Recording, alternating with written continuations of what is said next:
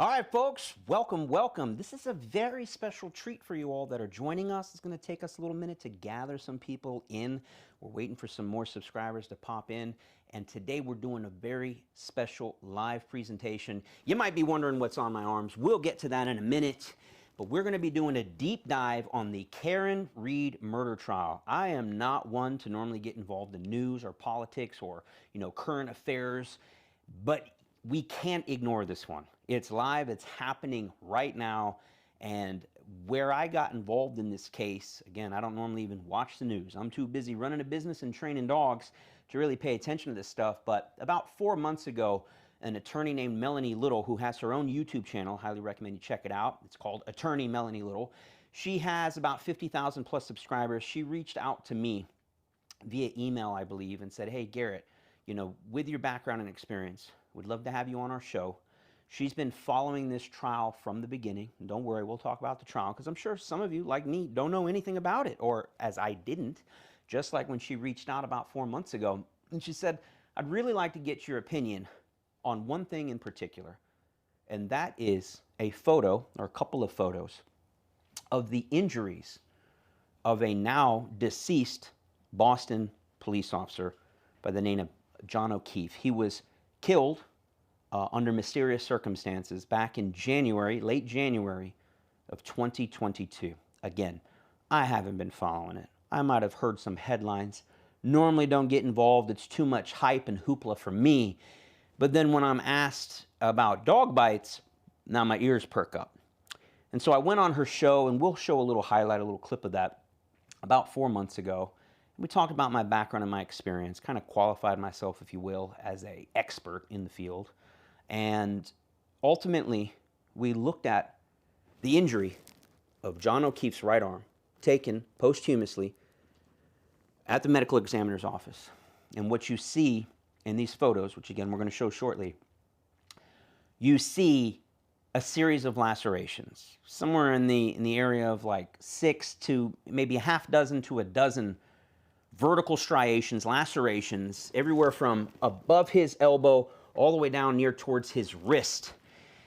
And according to the prosecution, according to the state, they're saying that the deceased received these injuries as a result of a car crash, as a result of a vehicle on pedestrian accident or crash. In fact, they're alleging that Karen Read, the deceased's girlfriend, that Karen Read, for whatever reason, whether she was drunk or she was enraged, that she put her Lexus SUV into reverse, floored it, and ran into him, launching him some 15 feet off the street and into the snow, where at some point he hit his head and was discovered some 5 to 6 hours later in the snow, around 6:30 in the morning, dead or very close to death as a result of not only hypothermia, but a very serious blow to the back of the head. And they're saying, the prosecution is hedging all their bets on the fact that Karen is the one that backed into him, and this is how he died. Again, normally I don't get involved in this stuff.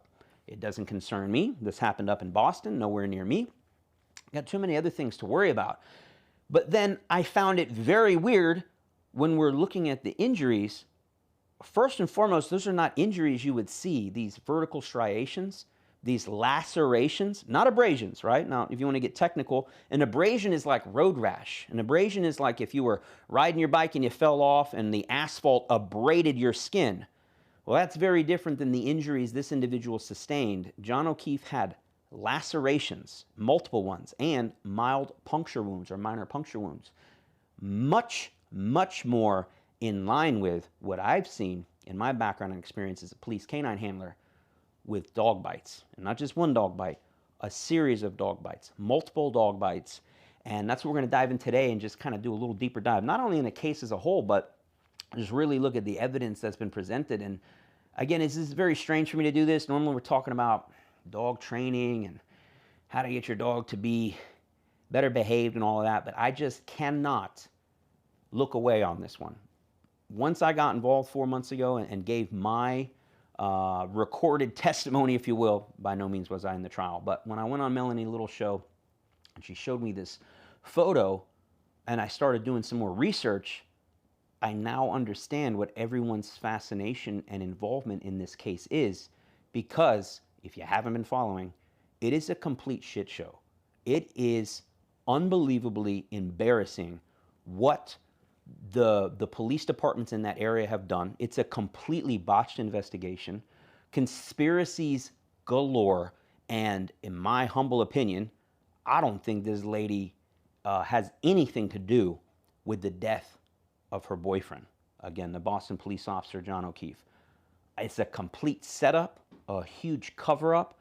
And when I share these facts and circumstances with people who aren't familiar with the case, like, their jaw drops. And that's what I want to do today, just kind of share it with you as it unraveled to me, because again, wasn't involved, but once I got involved, I just really started looking at it, paying attention to the trial.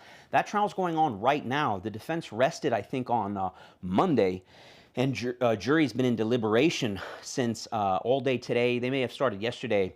I don't know what's taking that jury so long to come up with a not guilty verdict, but everybody and their mom is expecting it to be not guilty. And now that's only the beginning, because step one is Karen Read to get a not guilty verdict. Everyone's expecting that. But that's only the beginning, my friends, because once she's considered not guilty, I strongly believe the feds, who have already been all over this case for the last 2 years, are going to step in and start dropping the hammer on some folks. We are talking about lies. We are talking about horribly botched investigations. We are talking about, how would you describe it? We got Spider off camera there. How would you describe it's like nepotism. We've got the lead detective of the case, of the murder case. The lead detective is very lifetime long friends with those who we believe actually may have committed the murder, right? And we'll talk about that theory in a minute, but we're talking about a situation where this homicide investigator should have recused himself from this case from the very beginning. The body was found right in front of the home of the lead homicide investigator's basically family friend. And it appears that he's done a great job, or probably not that great of a job, of covering up that family. And again, I don't try to subscribe to conspiracy theories. And you all might be watching this going, Garrett, you've gone off the deep end. I don't blame you for thinking that. But if you really look at the facts that have been presented, it's enough to make your head spin. It's like, how did this even go to trial? And so we'll talk about some of those facts. But before we dive in any deeper, we'll talk about these crazy things on my arm. So these are Armin Lagan products. They have been designed and manufactured for probably well over a decade now. But my near and dear friend, Steve Sprouse. Now, Steve Sprouse spent over 30 years in law enforcement, the vast majority of that as a police canine handler, and more importantly, a trainer. And we plan to have Steve on our podcast here soon. By the way, keep an eye out for that podcast. Episodes are dropping this week. We just launched episode 0 just a few days ago. We're going to be pushing those out on our second channel. Great opportunity for us to plug that second channel. Look for it right now. We need to grow that channel. It's under my name, Garrett Wing, and it will be the Garrett Wing Podcast.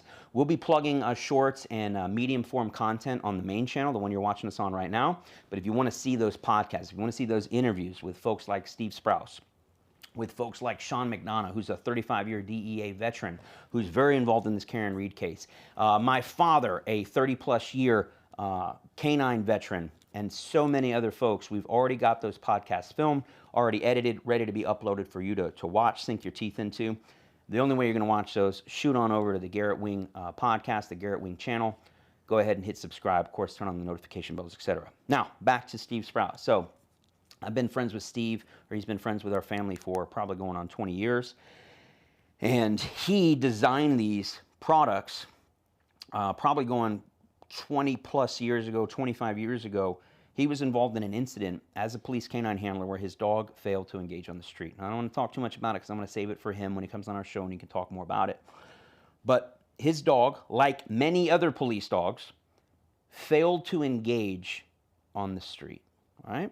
Some of you all are out there thinking police dogs are just born into it and they're perfect from the get-go and they perform flawlessly on the street. Couldn't be further from the truth. Just like you sometimes struggle to get your dog maybe to sit or down or go in the crate or go on a place board, we sometimes struggle to get a police dog to do what they've been bred and trained to do. And in this particular instance, Steve was, I believe, by himself, tracking for some type of suspect. That suspect was armed. I don't know if he knew that at the time or not, but the point is, he encountered that suspect, and a very long story short, his dog did not handle business. His dog was unclear what was going on. And we know why, looking back on it, and it happens a lot. We see it a lot with dogs, is we train them on the field in a controlled environment, in an area that they're familiar with, the training field, and the dogs are very environmentally oriented. They say, I know what we're doing on this training field. We're biting the guy in the big, puffy, Stay Puft Marshmallow bite suit, which you can imagine if you've ever seen someone wearing a bite suit. They're huge, right? They're big and puffy, and they don't look like anything else but what they are. And when the dog gets used to targeting that, when you train that over and over again, hundreds if not thousands of bites, in a controlled environment, on the field, with a guy in a bite suit running away, it creates a very specific picture for the dog. And that very specific picture looks nothing like the picture that they will likely encounter on the street. We're talking daylight, field, no distractions, guy in a Stay Puft Marshmallow suit doing jumping jacks literally and running away and yelling. Like, come bite me, like a walking billboard. In a backyard, late at night, in a place that the dog's never been before. Adrenaline up, handlers extra jacked, dog stressed, like, why is my handler, why is my owner, like this? Circumstances are tense, and then they finally come across the guy, and that guy is usually not standing up, usually not running away. These bad guys typically, 99 out of 100 times, are going to be hiding somewhere, in the bushes, under a car, up on the roof of something, up in a tree, you name it, in a garbage can. They're going to be balled up, laying probably on the ground, no Stay Puft Marshmallow suit, sometimes no shirt on. And when the dog sees that, they go, well, I don't know what's going on here. I've never seen this picture before. And then, in long story short, that's exactly what happened with Steve. Dog was in a scenario that it hadn't seen before and did not engage. And as a result of not engaging, it gave the bad guy plenty of time while Steve's trying to get his dog to pull his head out of his ass and bite the guy. The guy was able to pull a gun out and shoot Steve several times. Now, luckily, Steve survived that encounter and was able to walk away. But he made it his life's mission from that point forward to never let that happen to him or anybody else that he could help. And what he did is he set out on a mission to overcome that very big hurdle in police canine training.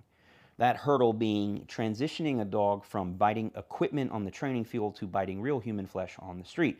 Now, granted, there are some dogs, maybe 1 or 2 out of 10, that they transition like nothing. They're just killers, man. They're just lots of drive, great genetics, and they'll bite anything and everything you allow them to. But again, that's only 1 or 2 out of 10. The other 8 or 9 out of that bunch will very likely struggle and will need that extra training. Muzzle work, arm and leg and equipment, hidden sleeves, you name it. And that's where Steve Sprouse invented these incredible products.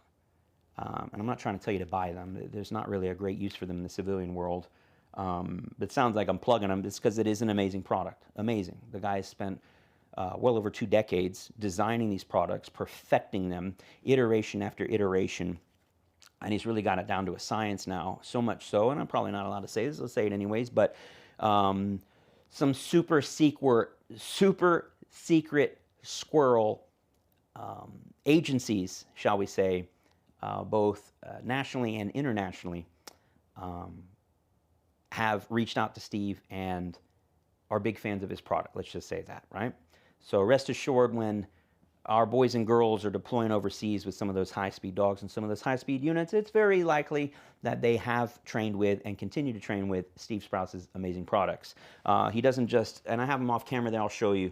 This is a Gen 2, this is a Gen 3, we got a Gen 1 off camera there, we've got a leg, he has entire full body suits. And long story short, that this product is designed to keep the decoy safe, but encourage the dog to encourage the dog to bite human flesh and understand the picture that's presented.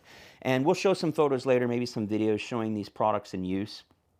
But the reason I even bring these up is you get a little backstory on some police canine training, which I always find interesting. But we're going to, in a minute, get a little closer to the camera and show you what real bite wounds look like, not only on photos that we have of actual suspects that have been bitten in custody, but actual, like right in front of you, show you what it looks like when a police dog bites what is anatomically correct, if you will, meaning it has the same density, the same size.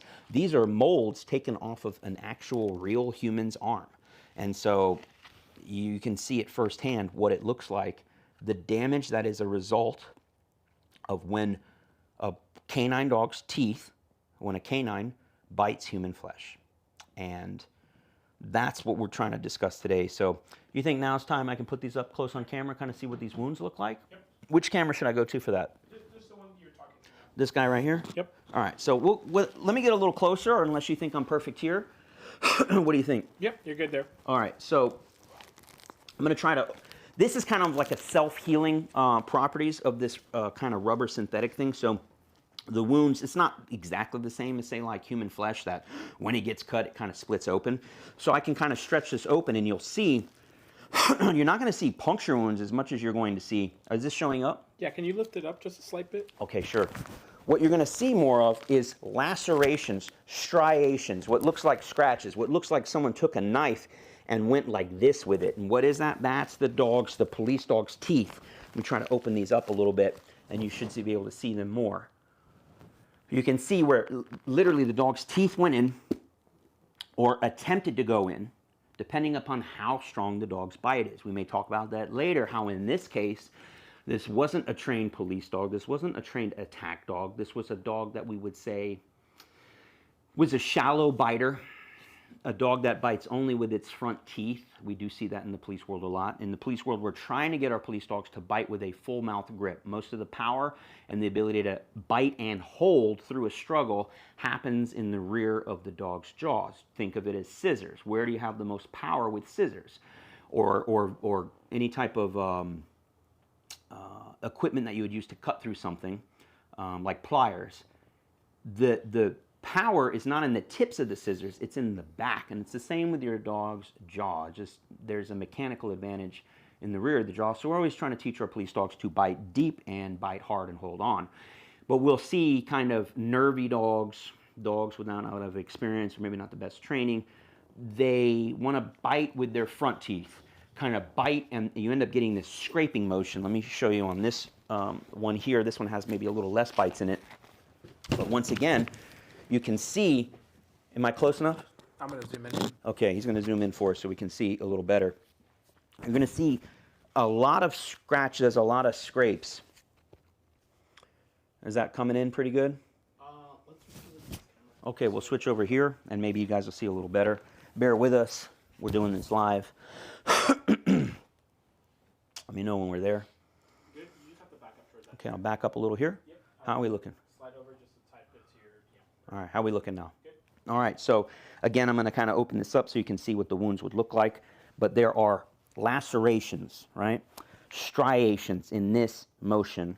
You could call them lacerations, you call them scratches, somewhat puncture wounds, but it's typical, again, when a dog bites, they bite and pull. Or when a police dog bites, it's oftentimes they're biting and holding, and guess who is pulling? The guy behind the leash is pulling his dog. But again, we see dogs do that a lot. It's their natural, it's in their nature to bite something and try to pull it to the ground. And so again, this one has more bites. I mean, look at these cuts here. Are those showing up? Yep. All right, I think I've proved my point. And I'll show you a couple of his other products. This is a leg. This is a brand new version. There's no bites in this one, I don't think. Maybe one. And what a great product, too, by the way. If used correctly, these things can take dozens and dozens, if not 100 bites or more. Depends on how you're using the equipment or whatever. Now we're going to switch over to this camera here and show you some of the behind the scenes, some photos, and talk a little bit more about this case. I'll tell you when to turn this on, right? So first thing I'd like to share with you probably is show you where we appeared on Melanie Little Show and I want to kind of compare a little bit of my testimony, if you will, from 4 months ago with the testimony of the defense's expert, a Dr. Russell, who has seen somewhere over 500 dog bite victims in her 30 or 40 year career as an ER doctor in, I forget where, but some pretty busy area where they got a lot of action, a lot of dog bites. She saw police dog bites. She saw civilian dog bites. And is there a big difference between a police dog bite and your typical everyday civilian dog bite? Not really, right? It's the same animal doing the same thing, biting human flesh. The biggest difference you might see is with more of an untrained dog or an actual animal attack. You're usually seeing, once again, with an untrained dog, multiple bites. We specifically train our police dogs to, once again, preferably bite one time and hold. There's a few reasons for that. We can get into that if you like, but one of them being we don't want to have a defendant, a suspect, with 6, 7, 8 different bite wounds on them. That does not look good in the courtroom. That does not look good in the public eye. We want the dog to bite and hold and just handle business, if you will. You hold onto that leg while I put this guy's arm behind his back and handcuff him. What I don't want is while I'm trying to arrest a subject, we got a police dog that's just biting here, biting there, biting him on the ass and biting him on the left arm, and it's going to be a complete shit show. So, but you will see that typically when you're seeing those videos that we post even on this channel, when you see dogs either attacking each other or, God forbid, going after a human, it's a lot of biting, disengaging, because it's an unconfident dog that hasn't been trained to just bite and hold. So a lot of talking there. Let's get into this video. I'll try to find a good spot. It's over 30 minutes long. I'm not going to bore you with the whole thing, but you can go ahead and switch to it now. Let me know when we're there. All right, we're up. So if you look here, I just want to kind of proof. This is 4 months ago, Attorney Melanie Little's channel where I first got involved in this case. And basically, she's, again, just asking me to talk about the bite. And so let's go ahead and jump in, and you're going to see something interesting. The one thing I want you to zero in on is how I describe on his injuries, how you can even zero in on what part of the dog's teeth, their anatomy of the jaw and the teeth, which teeth caused which injuries, and that's kind of what I'm discussing here.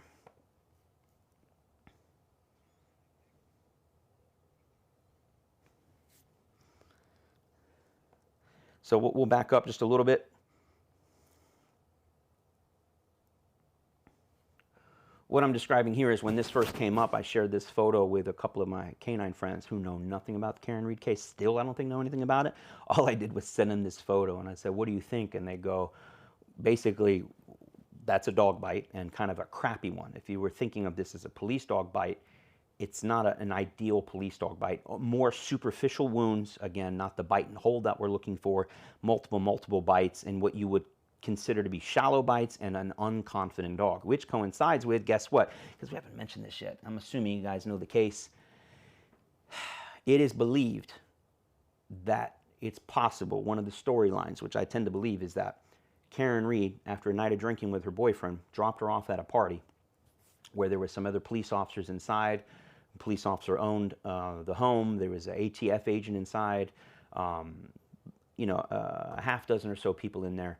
And it's possible, it seems likely, that something happened in that home after midnight. Everyone's drunk, a lot of testosterone flowing, and they got into some kind of physical altercation. And during that physical altercation, they literally beat him to death. And during that physical altercation, he received, among many other injuries, these wounds you see on his right arm, which are extremely consistent with dog bites. And that's what we're talking about now. So we're going to contrast or compare my little statement here about dog bites with what ends up becoming the defense expert witness, who also says literally the same thing, which I found so interesting that she and I were both pointing out the same exact wounds and describing how those injuries came about. So let's dive in a little. You'll have to reiterate what you're saying. We have no laptop audio. We have no laptop audio? Is there a way to turn that on? You can either put your earbud up to your microphone or... No. I can unplug it. Yeah, you have to. That's fine. They'll lose a visual. Oh, the headphone you're saying. Yeah. Yeah, that's fine. All right, let's listen in. Their thought, though, was I that don't hear this it here was either. Oh, that's not going to work. How do we lose the audio? No, how do I get it back? Wasn't there a button you pressed over there?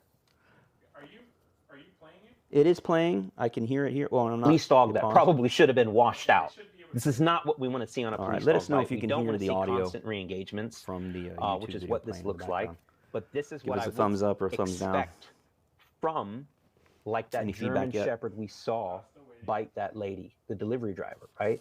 Just naturally going in, doing as much damage as possible, not understanding the mechanics of biting deep and holding. These, Perfect, thank you. in my opinion, are bites utilizing again, a lot the of talking front of here, the but mouth. Furthermore, I'll pause. The big thing that I want to zero in on is these bite marks here. Long story short, they come from the front teeth of the dog, not the canines, the little baby teeth is what we call them. Super shallow bite. When we think about our dog giving us like a love bite where they kind of nibble on you. Well, this ain't a love bite. This is a little more than a love bite, but it's that same very shallow bite. A dog that's not engaging with that full mouth bite, and that's what causes these injuries here. I had seen video, and then I show could be you wrong, on. but when We use this to better explain About to that. stop Yeah, I'm sharing gonna my give you. screen. I'll give you the full screen. Don't mind this. We use this for one of our videos. Not the canines, but these little teeth right Obviously, here. those teeth are When you much get more a shallow oversized bite, than typical. That's what it looks like. And I can actually pull ratio up makes another sense. picture of a dog bite that we know is a. And so that was my testimony, if you will, like 4 months ago. That's when I first got involved. And ever since then, I've really done a deep dive on this case. And it just gets crazier and crazier the longer it goes on. The more testimonies you hear, the more research you do. Is really unbelievable. Can we not share for right now? I'm going to go to something else. Yeah, I'm on you. All right, perfect. Let me shoot over now and kind of show you some of these Arm & Legged products in action. We can shoot back here. Let me know when we're on. Yep. All right, so this is us using Arm & Legged products with police dogs, and you can kind of see what it looks like when a dog bites. This is a great example of a dog not biting with a full mouth. This is a young dog, a little over 12 months old, never had a street bite. We're simulating a scenario that looks like a street bite, right? Encountering someone in a vehicle that's not giving up, that's putting up a fight, and that may look like his real arm, and that's exactly the point. It's not just the use of these tools, as Steve will tell you, anybody else who knows how to use these, it's how you present it. It's the picture. As with everything in dog training, it's what picture are you presenting to the dog. And in this case, when done properly, the dog, and even sometimes the handler, doesn't really know what's the real arm and what's the fake arm. And so we get the dogs, encourage them to go ahead and bite and engage, and in this case, kind of a shallow bite on one of these products. And we'll keep rolling. There might be some other photos. This is a great example of how that leg could be used, again, making it as realistic as possible, making it safe for the decoy, using the fence to kind of keep the decoy safe, and the only thing that is kind of presented, or the closest thing is, guess what? The bad guy's leg. Well, it's not really his leg, it's a fake leg. You get the idea. This is just a frame, freeze frame, if you will, of a dog biting an arm. This is another, now this is a much more experienced dog, as you can see, getting that deep, full mouth bite. That's actually a very difficult bite for these dogs to do on this particular piece of equipment. This is considered the strong arm sleeve. This was actually a mold taken off of a bodybuilder's arm, so it's oversized. The reason it's oversized, this is one of the ones I was wearing earlier, is because it needed to be large enough that we could hollow out the inside and get someone with skinny arms like me inside of that piece of equipment. And so you can see here this very big, very powerful, probably over 100-pound German Shepherd, biting pretty much as deep as he can and not letting go. So great police dog there. Here's a little bit more of a shallow bite. Decoy doing a great job putting on a show, as you can see there. And it's just a different variation of this tool. You seeing all this over there? Mm-hmm. Perfect. Little blood that's coming from the dog's mouth. Sometimes they bite their own tongue, or their gums bleed a little bit from doing bite work. It doesn't hurt them at all. Let's keep going. All right, now, this little graphic, we may get a little demonetization for this. This is what a real dog bite can look like. This is a police dog bite. These are lacerations, and you can see the ripping and the tearing. This is a lot deeper. This is a much more serious bite from a much more serious dog. Let's keep going. Another very serious bite from a police dog. Another one. All right, here's one. Now, this is more of what you would see from a police dog bite when it's just a straight bite and hold. You'll see these straight up puncture wounds and a little bit of laceration. Sometimes this is caused by the rear teeth, but what you're not seeing here is a lot of the lacerations, because this is a dog biting deep, biting hard, not really letting go, not a lot of thrashing, not a lot of pulling, just like an alligator, just biting and holding. Now, mind you, where we get very involved, or I get very experienced with this, is as a police canine handler, as a supervisor, one of my jobs was to write umpteen many police bite reports and describe in the greatest of detail every single bite, wound, and mark. Not just, oh, he was bit on the arm. We would get as specific as the subject received, in this case, approximately 6 puncture wounds, along with 2 lacerations as a result of what appears to be 2 or 3 separate bites, or the dog readjusting on the bite. And really, we had to explain every single injury, how the defendant sustained it. If it was more than 1 bite, we had to basically justify why it was that the dog may be re-engaged. It could be that the dog, maybe the dog had an initial bite. The guy was with some baggy clothes and was ripping away. The dog had to readjust the bite, or maybe the guy was punching the dog in the face, which once again might cause the dog to loosen his grip, re-engage somewhere else. Here's some more. It's hard to see. Here's a lot of blood. And that's pretty much it. So, again, for purposes, we can kill this. We're not trying to get demonetized and show you, all kinds of gruesome stuff. Maybe should give you a little warning in case you're easily, squeamish. But this is the behind the scenes. This is what happens when you're in the law enforcement canine community. You get very proficient, if you will, or very experienced at looking at dog bites, not just from your own dog or guys from your unit, but also other units and handlers that you work with, because we're constantly, for right or for wrong, we're constantly kind of comparing our dog, the bite, because there's a lot to be said, if you will. You really study these bites, not for just purposes of documenting them. You study these bites because the bite tells a story. It tells us a lot about the dog's training and abilities. Was it a shallow bite? Was it multiple bites? Was it a beautiful bite and hold? What we're really looking for, again, in that law enforcement community, we're looking for kind of minimal damage, right? I mean, it is cool, and we sometimes high-five each other when a pedophile, some rapist, child predator, or murder suspect gets their ass handed to them, and the dog bite is so significant that they get an entire chunk of their arm or leg goes missing. It seems a little extreme. It seems a little like, wow, how dare you? But when you're in the trenches and you're fighting for your life sometimes, and you have these murder suspects that are out on a rampage just killing people, you maybe get a little jaded. I'm just being honest with you. You kind of secretly or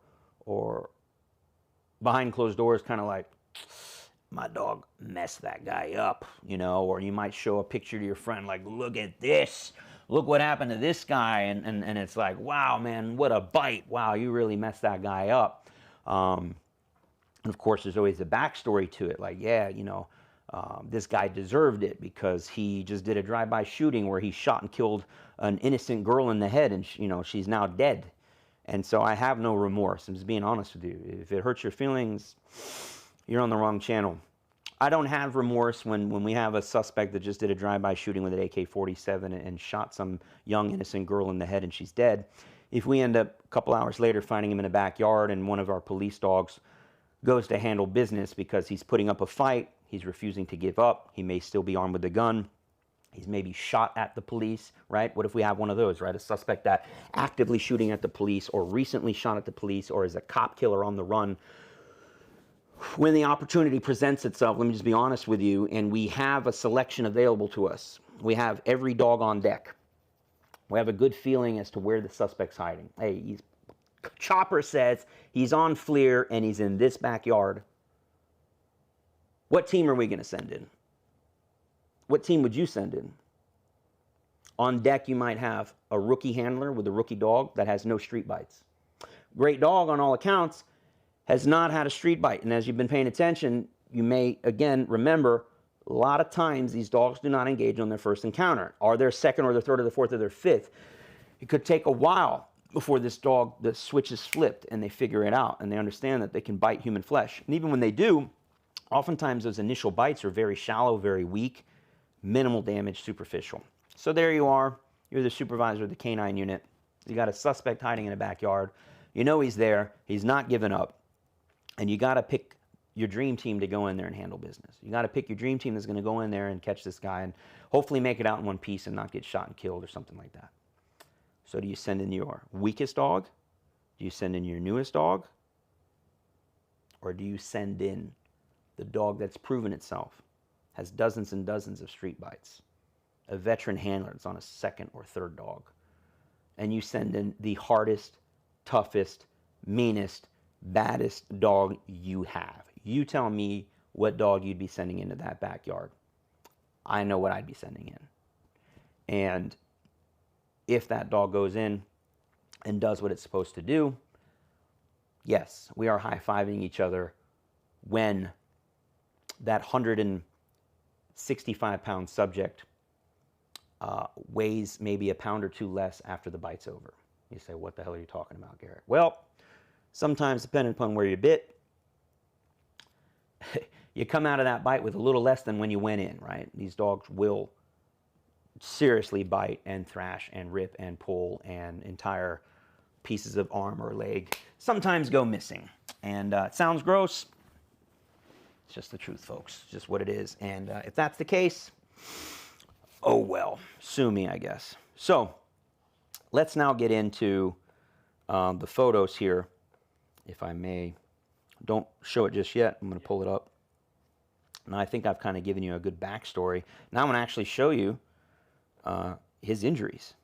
Let me pull this up, and then you can switch over when it's time. I'm putting up you and the screen just in case you're... Perfect. I'm ready to go. All right, you're on. All right. So there's not great photos out there on the internet, right? This is all just what people can get leaked out.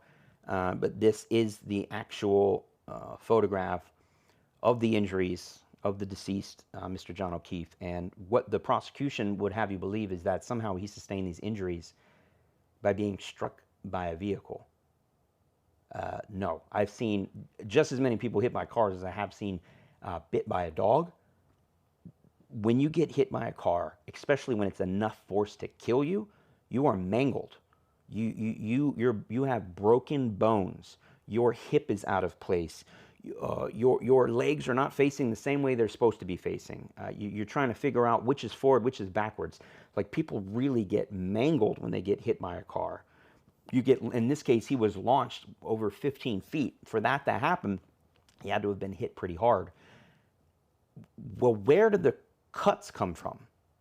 And what the prosecution would have you believe these cuts came from a broken tail light. No. These are dog bites. These are dog bites. As you can see here, these are canines. You can even see where the bite may have started at the top here, and as the dog's mouth is clamping down, or John is pulling his arms away, that bite's coming down and getting deeper, right? That's where it gets a little wider. You could also argue that the bite started here, and as he pulled his arm away, it got more shallow. Either way, this is very indicative of a inexperienced dog, as this dog was. The dog that they owned is a dog named Chloe, a female German Shepherd, who they had to rehome twice after this whole ordeal. No one can find the dog. Nobody knows where the dog went. And they rehomed it supposedly because what? It ended up biting someone. It got into a dog fight with another dog. They went to break it up, and the dog bit the human. We don't know the details because we can't get those details, but that dog is nowhere to be found. Very convenient. But this is a large, as German Shepherds go, 75, 80, 90 plus pounds. This looks a lot like a large dog bite. And you can see that now these look a lot more like punctures, where maybe the dog got a little bit of a better bite, a little deeper of a bite. And then these, I really like to zone in on. These are those front teeth. You can even see where maybe it's like a canine here and the front teeth there. Very, very shallow, almost like an abrasion. This is like a no-brainer. This is a dog bite all day. I don't even know how we're arguing that. And then now I think it'll be time to, if you pause here, I'm going to pull up the expert that they had come on and actually provide her testimony in front of the judge. She was on twice. First in front of the judge to see if they would even admit her as an expert. And then she was admitted as an expert, and several days later testified in front of the jury and gave her testimony. What you're about to see here is when she testified with the jury not present, and they were really diving in deep and talking about her experience. And let's just say she's overqualified. By the way, some of you might be saying, oh, this lady was paid for by the defense. She was bribed by the defense to say what she's about to say. That's where it gets real interesting, folks. Dr. Russell, along with many of the other expert defense witnesses, were not paid nor found by the defense. They were located, found, hired, and asked to do their expert research by the Federal Bureau of Investigation, who's been overseeing all. It's never good when the feds get involved. Feds do not typically get involved in local cases, local murder cases, unless the feds believe to be serious amount of corruption going on at the highest levels.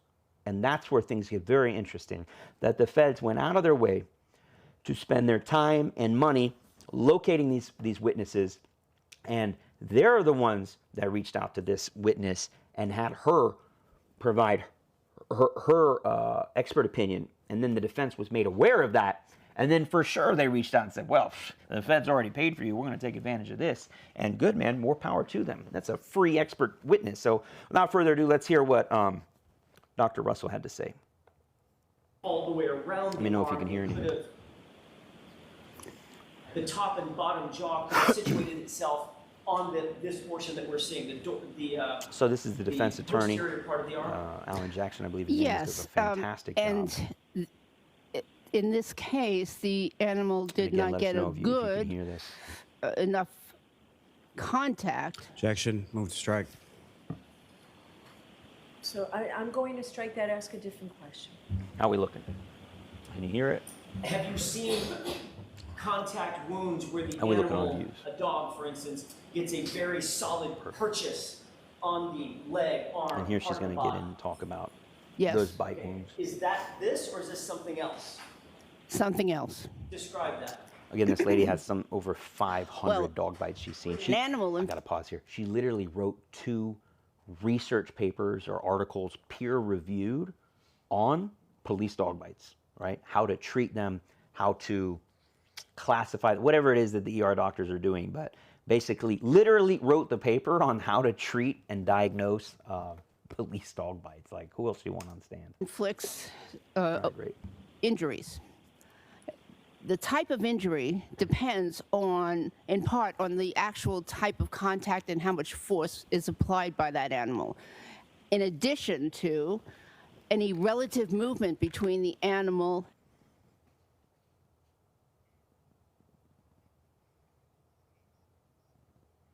I lost the audio. Okay, that's because I plugged in. So that's fine. But you get the basic gist. Many of Objection. She goes on the record stating that unequivocally the bite wounds that you see here are caused by teeth and possibly scratch marks from the claws and teeth of a large animal, more specifically a canine. Canis familiaris. And again, you're like, well, what the hell does this have to do with anything? Let me maybe rewind and kind of give you an overarching view of this case for those who aren't familiar. There's 2 stories to follow. The first story that the prosecution is hedging their bets on is that Karen Reed and her boyfriend John O'Keefe, this is not debated. I'm going to tell you at what point things get debatable. It's January 28th, 2022, around 9 or 10 o'clock at night. Karen and John meet up with some friends at a bar. They go to one restaurant and maybe another bar or restaurant down the road. It's literally snowing outside. There's a blizzard coming in. So like down in South Florida, we have hurricane parties. They have like blizzard parties, I guess. So they're drinking at these 2 bars, getting pretty well lit. And then they come up with this idea that, hey, let's go to let's go to back to one of these folks' homes where they were having a party for their kid that was like turning 18 or graduating or something. I don't remember the details there, but they're like, hey, the bars are closing down. Why don't we all get together, drive on over to my house, and let's continue the party. And so all of this is captured on video. You do see Karen and her boyfriend at the bar. From all accounts, they're getting along splendidly. They're even kind of hugging and kissing on each other. Everyone at the bar states that they saw nothing weird going on, that everybody seemed to be getting along wonderfully. And so everybody gets in their cars and leaves to go to the home of, and bear with me because there's so many people involved here, but I'm going to look up the cast of characters in the Karen Read trial so that I can make sure we're staying the names correct. So I believe the home they're going to is the home of Brian Albert. So Brian Albert is like a 20 to 30 year veteran of the Boston Police Department. He works with John O'Keefe, but they're not in the same unit, but they know each other. And from all accounts, Brian is like a cop's cop, super tough. He's the supervisor of their felony apprehension team, which is a very high-speed unit, and just a real tough cop that you don't want to, be on the wrong side of. So they'll go back to Brian's house, and they track, Karen's phone. They track through the Waze app. All of this is discovered later, but it is very clear that Karen and John did pull up in Karen's vehicle. She's driving it, a black Lexus SUV. They pull up around 12:15, maybe 12:30 in the morning, and Karen does stop the car in front of the home. John does get out of the car, and that's where the two stories differ. The prosecution will have you believe that at some point after getting out of the car, something happened, whether there was a fight, there was an argument, or Karen was just lit, wasted drunk. She somehow reversed into him at a pretty high speed, 20 to 30 plus miles an hour, hitting him with the rear passenger side of her Lexus SUV, causing these scratches on his arm, causing him to fly some 15 feet in the air, landing off the road in the front yard of Brian Albert's home. Again, major laceration, blunt force trauma to the back of his head. This is weird. He had bruising to his hands, like defensive wounds, and some cuts and bruises and black eyes. Not really consistent with being hit by a car. But either way, supposedly she hits him around 12:15, 12:30 in the morning, ends up driving away. Nobody in the house. Now, who else is in the house? You've got all of their kids. You've got the brother-in-law, the sister-in-law. You got Jennifer McCabe, Matt McCabe, Nicole Albert. Everybody's there, including the ATF agent who was supposedly, not supposedly, they got the text records, starting to have an affair with Karen Read, meaning they already kissed once, and this is all in the last 2 to 3, 4 weeks before the murder happens. Yes, I know she's an evil woman for, flirting with this guy via text messages. I don't condone that or anything like that, but there are conversations, text back and forth between Karen and this gentleman, the ATF agent. I got to find his name so that we're all following along. Some of you are probably screaming like, oh, I know what that guy's name is. Posted there, so we're all watching the same thing. There's Brian Higgins. So he had the romantic connection with Read. So Brian Higgins is a ATF veteran, still on the job. He's in the home. But the point is there's a few adult males in that home. Everyone's drunk, probably on testosterone replacement therapy. They're all, big, muscular guys. And the second part of the story is, again, depending upon which one you follow. Story one is she hits him with the car, runs him over, leaves, comes back later at 6:30 in the morning. When she comes back because she's been looking for him, she drives back to the house because he's not made it home. They were living together, right, at John O'Keefe's home where his children were. And when she comes back at 6:30 in the morning, she discovers his body lifeless in the front yard.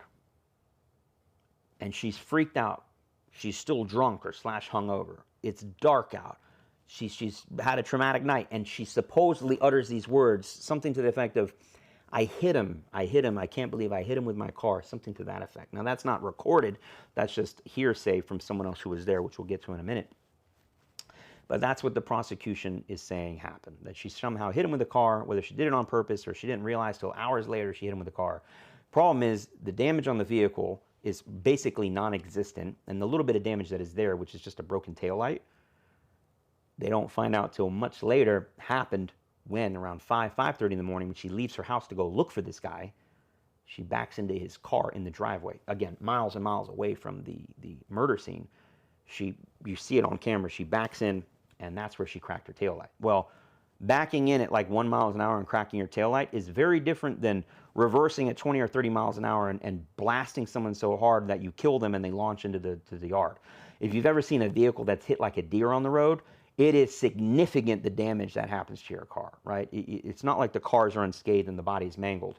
You can tell what vehicle and where on that vehicle hit a pedestrian enough to kill them. The only exception to that would maybe be like an 80 or 90-year-old person that barely gets bumped with a car at the intersection where they're crossing, and that person falls down and hits their head and dies. That's a totally different story. But we're talking about someone getting launched in the air by a vehicle. That's going to leave dents all over that car. It's going to be a huge impression. You're going to see exactly where that person got hit. You're going to have broken bones. None of this exists. So here's what I believe to be the real story, or closer to it. Again, having done my research, following along, watching all of this testimony, watching it again, because once you get sucked in, man, you can't turn this stuff off. You can't look away, right? It appears that, yes, again, we all agree, she brought him to the party. She pulled up. She parked the car. He gets out. He goes in the house, right? They have his watch and his phone show him driving to the scene and then taking some 36 steps. It doesn't say exactly which 36 steps where he went, but he did walk, and then it also shows him having either gone up or gone down several flights of stairs. Well, the home of Brian Albert is a 2-story home with a basement. So guess what? 3 flights of stairs. We don't know what happened, but at some point around 12:30 a.m. or after, some type of physical altercation ensues in that house. And at this point is where I believe the dog, Chloe, attacked him at some point during the fight. I don't know if they beat him with hands and fists. He was hit with a baseball bat. He fell down and cracked his head on the concrete floor. There was supposedly a weight room down in the basement, and so there's weights. He could have got hit with one of the heavy weight. We don't know what happened, but we believe something happened in that home. And then it's been a big cover-up ever since. Now, after he's knocked unconscious, bleeding, they beat his ass. The dog's bitten him. By the way, if we can go back to that photo, I don't know if we still have it up. That's not one bite mark. That is multiple bite marks. Can we show this again? Yep. That's the other thing that makes this a little twisted. When you see bite marks like this is not one bite. This is at least one bite, another bite, if not 2 more, and at least 1 more. We're talking 4 or 5 or more bites. That means this struggle happened well over a minute, 2 minutes, 3 minutes, and this dog was allowed to bite and re-target this guy on the arm multiple times. So it's a little twisted when you think about it, how this went down. And you might ask, well, what caused the dog to do that? You can pull this off now. What caused a dog like that to get engaged with a fight? Well, I don't know if you've ever had a dog at home or maybe seen videos of this or seen it at a friend's house where maybe you're playing around, you're roughhousing, you're wrestling on the floor, and your own pet dog that wouldn't harm a fly gets super jacked up and gets involved and starts either play biting or almost real biting you on the arm, on the leg, in the clothing, trying to break up the fight. Actually, that's exactly what happened here. This dog already showed a propensity towards biting people, and now here we are in a full-on brawl. And again, whether this dog had training or not, I don't know, but I can see the dog getting super turned on by this. They recognize the fight. They see their family members involved in a fight, members of their own pack, and so the dog jumped in, as dogs do, to defend their pack, you know, assert dominance, if you will, and start biting whoever and whatever is on the bottom of the pile. By the way, that's usually how it goes down, is the dog will target whoever or whatever is at the bottom of the pile. And so in this case, I can imagine John is getting held down, he's getting choked out, he's getting pummeled, he's trying to defend himself if he's not already unconscious, and this dog's coming in and biting and biting and biting and biting and biting.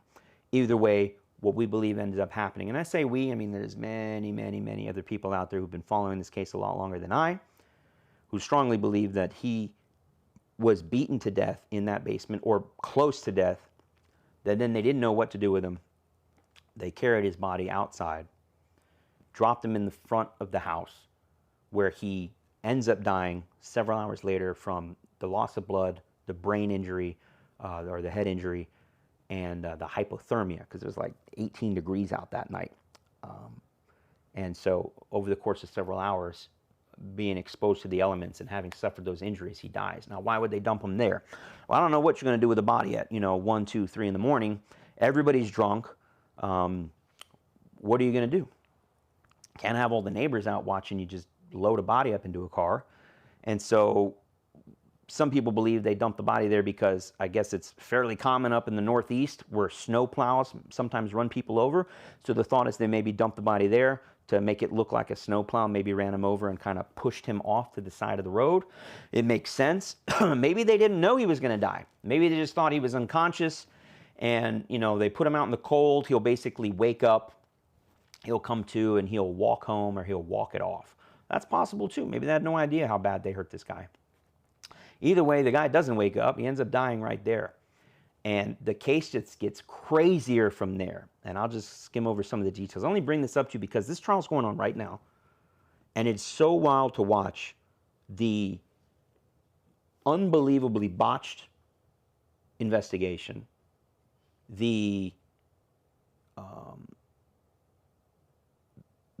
there's so many things that went wrong, and we'll kind of cover them now, and you can put your own words to them. One of the things that stands out, probably biggest to me, is one of the women that was there the night of the murder, who was in the party. Let me make sure I get her name right. She's a special one, let me tell you. I want to say it's McCabe. It's, yep. Jennifer McCabe. She's the sister-in-law of the owner of the home. Jennifer McCabe, when the FBI gets involved, they end up seizing her phone, and they do cell phone dumps on everybody involved. But mind you, the FBI didn't get involved until months and months later, months and months after this botched investigation, which many are claiming is like an inside job where the lead investigator was covering for this home of Brian Albert. Because of their relationship, the lead investigator, just to show you how close they were, the lead and homicide investigator who was handling this case, Brian Albert's, I believe, son or one of their sons was actually the ring bearer at this guy's wedding from like 10 years earlier, meaning their family was in his wedding party. Like, you don't get much closer than that. And this was the guy that was heading the investigation. They never went in the home. They never went down in the basement. They never did a search warrant. They never pulled evidence from there. They didn't do anything. They just completely covered everything up and just handled this as a traffic homicide. And things get weirder. But going back to this Jennifer McCabe lady, she, at around 2:30 in the morning, went on her phone and typed in these famous words, "Haas long to die in the cold." And that's not me mispronouncing it. It's how long to die in the cold, but she's probably so drunk or so stressed, she mistyped it. HOS, Haas long to die in the cold at 2:30 in the morning. Then very quickly after that, deleted that search record. So it wasn't available on her phone, but when they dumped her phone and they pulled the cell phone records, these, amazing phone experts that do what they do and get paid a lot of money were able to do a research and find that deleted search. That's what the FBI calls a clue. You know what I'm saying? Like, that is weird. Why would you be looking that up at 2:30 in the morning? Unless you were there and you saw them drag this guy's body out in the cold and leave him there. Then it gets even weirder, because you got Brian Higgins and Brian Albert, the ATF agent, the owner of the house, who's a police officer at the time, police sergeant. They end up calling each other around 2-something in the morning, probably to, I don't know what, check on each other, get their story straight, who knows what. But when they're on the stand in the trial, under oath, they're asked individually but separately, right, when they're up, why did you make that phone call? Brian Higgins, why'd you make that phone call to Brian Albert at 2:30 in the morning? You know what he says? Oh, it was a butt dial. I never called him. Like, what? Your cell phone record says that you called. No, it was a butt dial. What do you mean it was a butt dial? Then it shows that call went through. It was answered. They don't know what conversation took place. It was like a 7-second phone call. Then the phone call ended. And then about 30 seconds or a minute later, Brian Albert, the owner of the house, calls Brian Higgins for another 20 or 30-second phone call.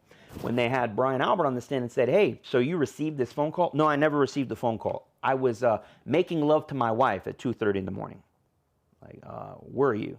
So you didn't get that phone call? No, I never got that phone call. I never spoke to him. Okay, I don't know why you're lying about that, but then why is it that your phone called him back?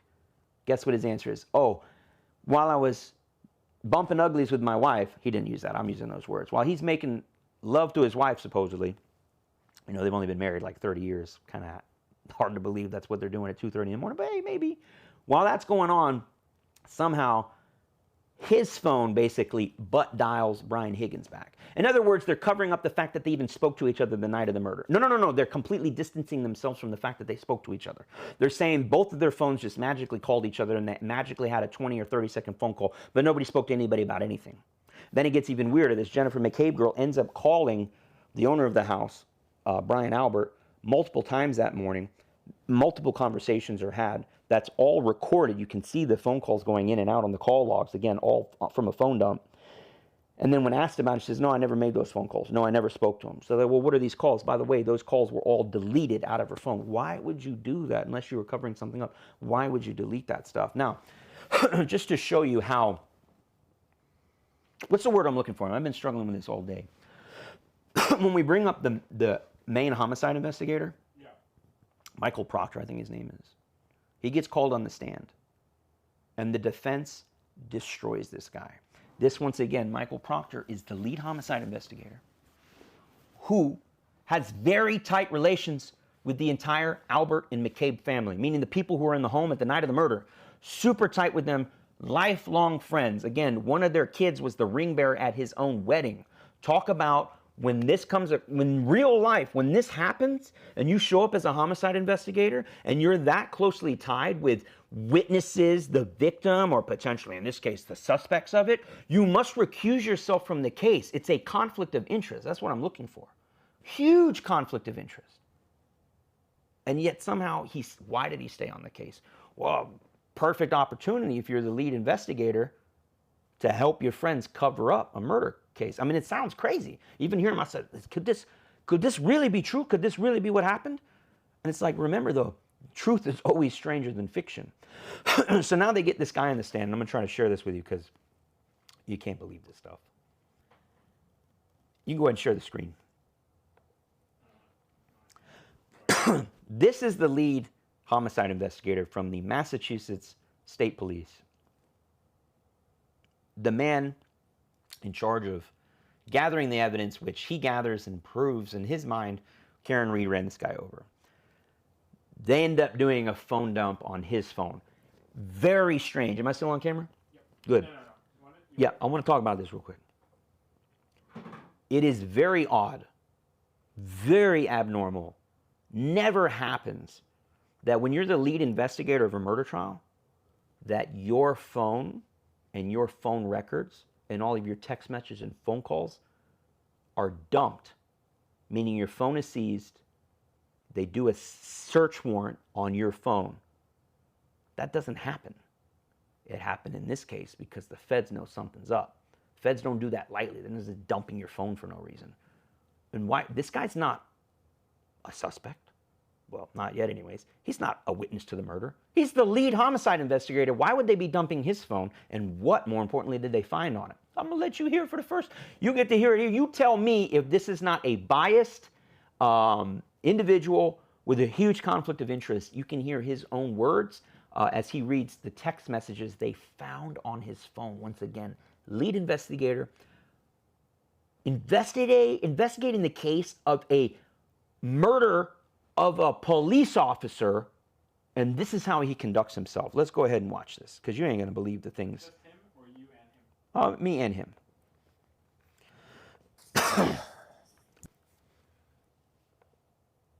Sorry, having a little technical issue here. She's got Once again, this is the defense attorney, Trooper Proctor, explain and they're to the asking jurors about text messages what off a of his balloon phone. knot is. I got to pull up the caption so I can see what's being said. You're essentially, I guess, I your got you. Thank you. rectum area. Your anus? Let me back this up. Yes. Let me back this That's up what you were referring so you to. can understand what's happening. A person by the name of Doc writes, February 2nd, Is this that is like chick a 2 days smoke? after the murder. correct? Correct. Who's the chick? Miss Reed.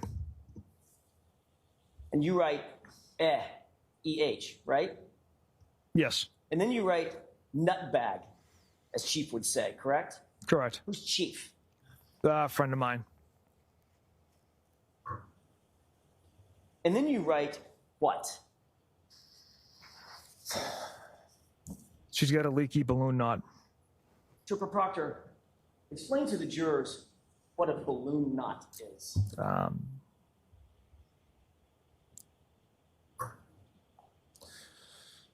Your essentially, I guess, your rectum area. Your anus? Yes. That's what you were referring to about Miss Reed? Yes. And you were making fun of her because you believed at that time that it leaked?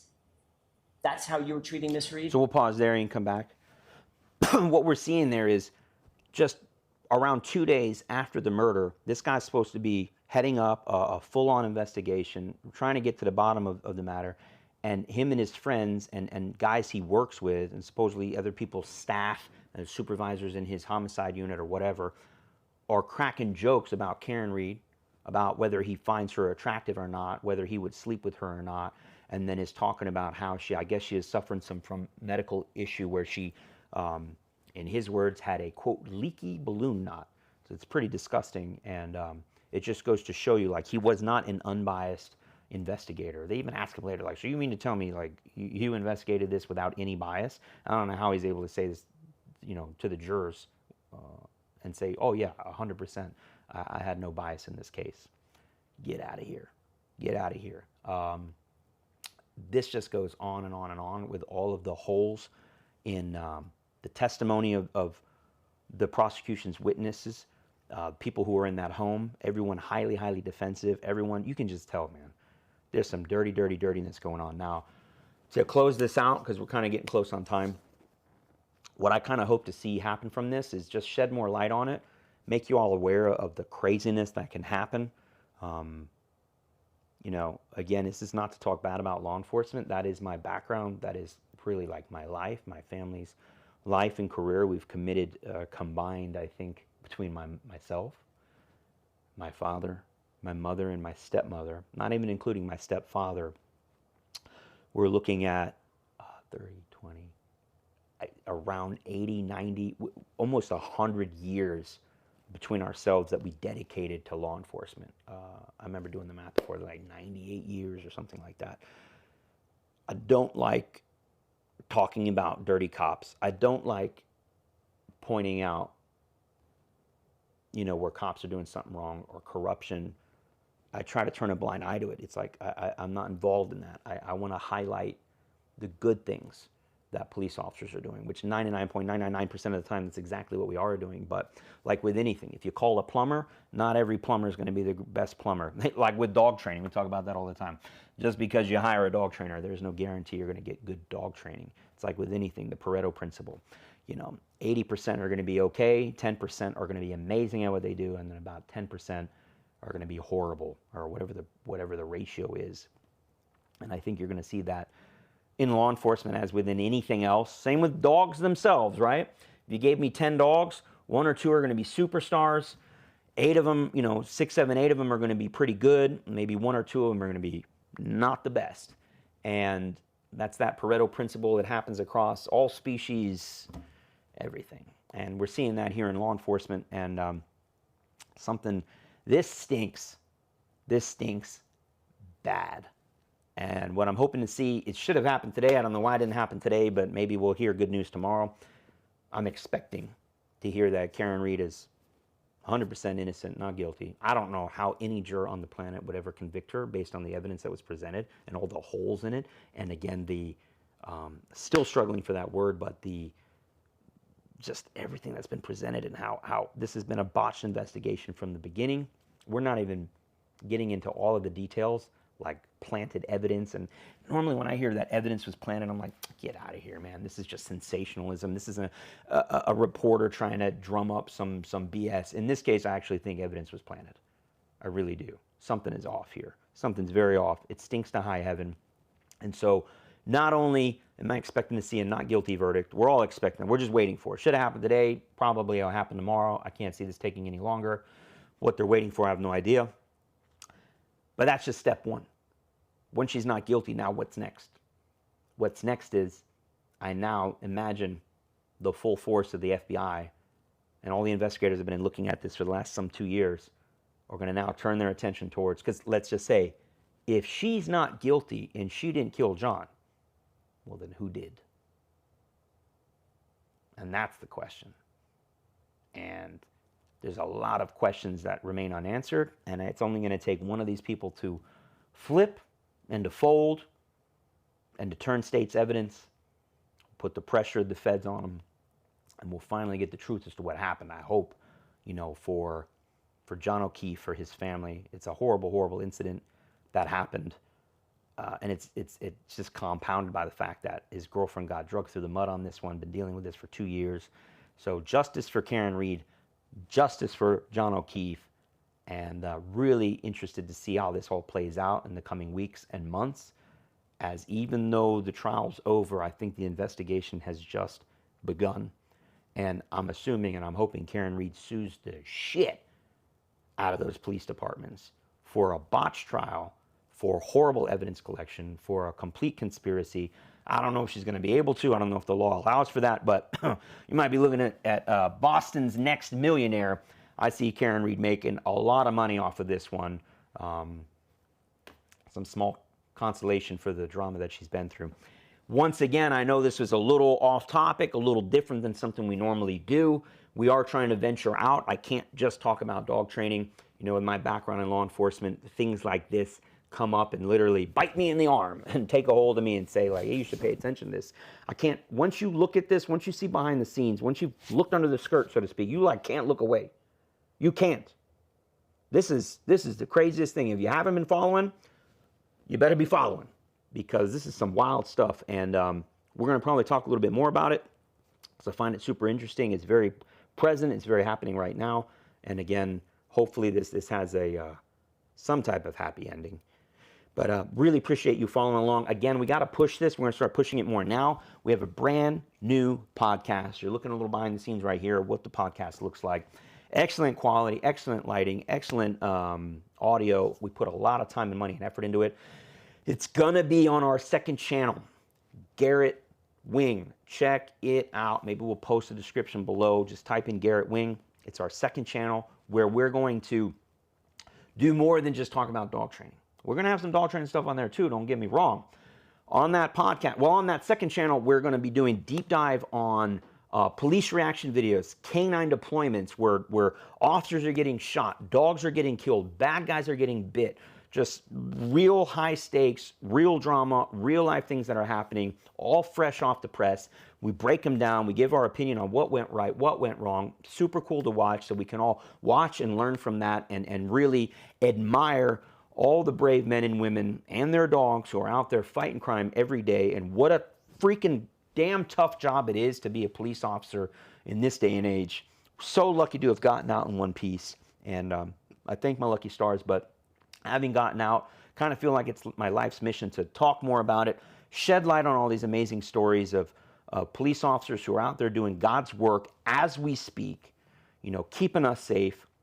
And then we're also having retired officers on to tell stories that they couldn't tell if they were still employed, right? We pretty much got a gag order on you when you are employed by the police department. You can't just go on any podcast you want and talk about anything that's happening. Most of these cases are ongoing, et cetera, et cetera. They're not going to be allowed to talk about it. So we're going to have folks like my father on, folks like Steve Sprouse on, guys that put in the work like Justin Rigney, who are, world-renowned dog trainers who've been out there, put in their time on the street, had dog bites, have been shot at, who have been shot in the line of duty, who have taken lives on duty, who've not just talk the talk but walk the walk, and that's exactly who we're having on our podcast.